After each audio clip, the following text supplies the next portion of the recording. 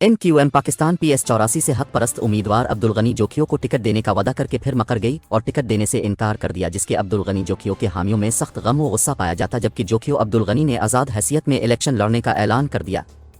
दूसरी जानिब ज़राए के मुताबिक पाकिस्तान पीपल्स पार्टी की जानिब से जोखियों अब्दुल गनी को मनाने और दस्तबरदार कराने की भी कोशिशें जारी है। ज़राए ने इम्कान जाहिर किया कि अब्दुल गनी जोखियों पीपल्स पार्टी के उम्मीदवार यूसुफ बलोच के हक में दस्तबरदार हो जाएंगे।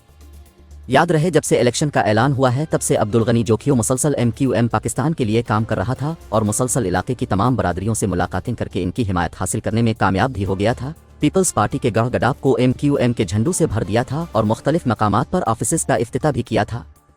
अब्दुल गनी जोखियों इलाके में बेहतरीन साख रखता है और जोखियों बरादरी के लिए उनकी खिदमात भी काबिल तारीफ हैं, जबकि जोखियों अब्दुल गनी को पाकिस्तान पीपल्स पार्टी के रहनुमा और जोखियों बरादरी के सरदार जाम खानदान के करीब तरीन समझा जाता है।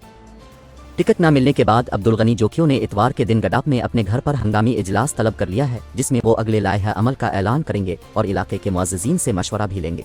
आऊं अब्दुल गनी जोखियो ॻाल्हाए में तव्हांजो जेको उम्मीदवार बीठोसि 84 तां MQ वारनि पार्टी टिकट कोन ॾिनी आख़िरी वक़्त में, उन्हनि ते प्रेशर हो या जेकी बि चीज़ूं हुयूं उहे पंहिंजी जॻह ते। सो आऊं अञा इलेक्शन जी लिस्ट में आहियां, मैदान में आहियां। मूं वटि ऑप्शन आहिनि त आज़ादु विढ़ा या ॿियो को तरीक़ो कजे। सो इन सिलसिले में आऊं अञा इलेक्शन में आहियां ऐं पंहिंजे आर्तवार जा 3 बजे असां मीटिंग रखी आहे।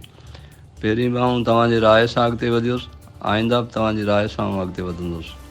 सो लिहाज़ा इहा 3 तारीख़ जी इहा 3 बजे मीटिंग आहे संडे ते, आर्तवार जे ॾींहुं हिते असां रखी आहे। तव्हां हिन में शिरकत करियो, मूंखे राय ॾियो त असीं अॻिते वधूं। अञा बि असीं मुतहद आहियूं, आईंदा मुतहद रहंदासीं ऐं मुतहद थी अॻिते वधंदासीं। महिरबानी।